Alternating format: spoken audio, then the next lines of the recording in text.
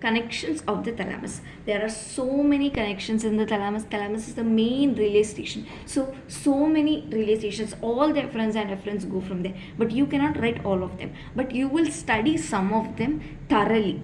In physiology and in anatomy, you will study most of them thoroughly. So the ones which you have learned, you can write it down, right?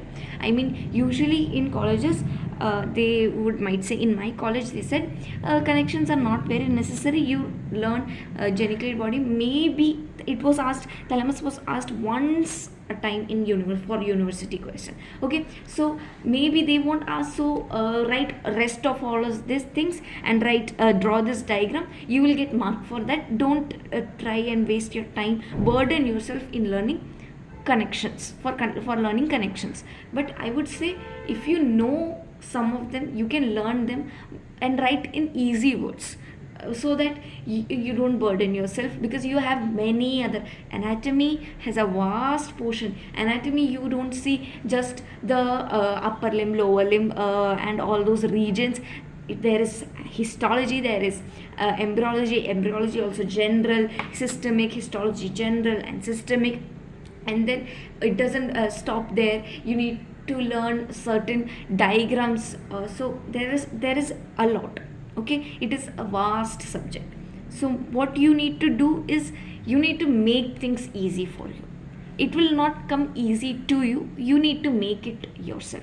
Okay, so I am here to just help you, so that it may to make it easy for you guys a little bit, but you need to learn after all. Okay, so ventroposteromedial, people who have learned physiology and central nervous system, that is the system. There are systems, various systems in cardiovascular system and rest all renal system, etc. If you have learned CNS, you will know ventroposteromedial, and you would have learned trigeminal pathway. So trigeminal pathway is the pathway which takes all the sensory and motor efferents from the head and face and all. So from there, afferents goes to the efferents to the Brodmann's area 312, which is the primary post central, which is located in the post central gyrus. That is the primary motor cortex area. Okay, now ventroposterior lateral, from there goes medial lemniscus and spinal lemniscus. If you remember spinal lemniscus and medial lemniscus, you will remember dorsal column pathway and anterolateral system. So those pathways, they go through this. So the afferents you will write, and the efferents you will write the same, Brodmann's area 312 and post central gyrus.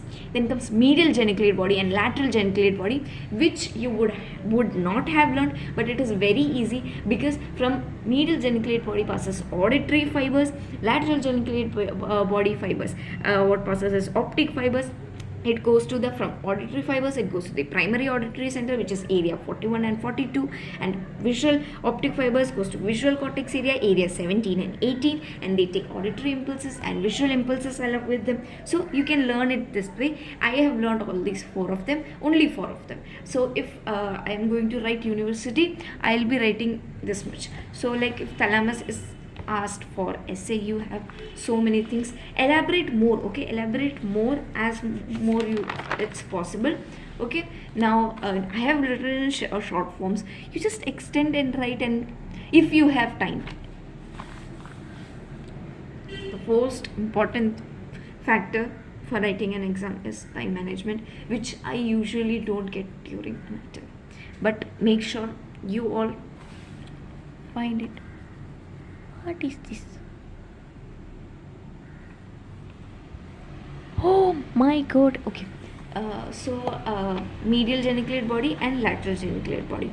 Medial geniculate body, it is connected to the inferior colliculus by inferior brachium, and lateral geniculate body, if you know, it is connected to the lateral superior colliculus by superior brachium. Okay, inferior colliculus by inferior brachium, superior colliculus by superior brachium. Okay, now this takes auditory pathway, afferents are auditory pathway, afferents are auditory radiation. So auditory pathway is coming to thalamus. Here is the thalamus. Auditory pathway is coming. Now from here the radiations goes, like in corona radiata, then it comes to the internal capsule, and then it goes, right? The corona radiata is the radiations. Similar way, here afferents are coming. So the auditory impulse is coming, and then the radiation occurs, and then it goes. So the center is auditory cortex. Simple. Now comes the lateral geniculate body. It is a small ovoid prominence. It is connected to superior colliculus by superior brachium.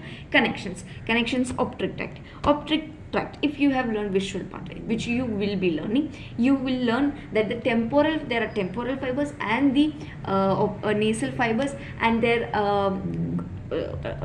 chiasma, at the optic chiasma crossing of nasal fibers occurs. So you will get the temporal fibers of the same side and the nasal fibers of the opposite side. So temporal fibers of the same sides and nasal fibers of the opposite side, you need to mention this in the connections. And then comes efferents. Efferents is geniculocalcarean. Here it is corticular fibers. Here it is geniculocalcarean fibers, which is the optic radiation, geniculocalcarean fibers. And then it goes to the visual cortex, which is in the occipital lobe, area 17 and 18. This is the last relay station of the visual pathway. So as it means last relay station, I would like to add one more point, that it is the third, from here starts the geniculocalcarean fibers, which is arising from here. It is the third order neurons of visual pathway. Okay, third order neurons of visual pathway. So if thalamus is asked for an essay, I hope you will be able to write this much, and in the extended version I also draw and color and label properly. You will get essay, if it is asked for essay, short essay 8, I will assure 6 would be given, because they would know that time management would not be there. You will be giving more efforts to the essay. But if it is given for essay 15, you might get 10. Okay, thank you.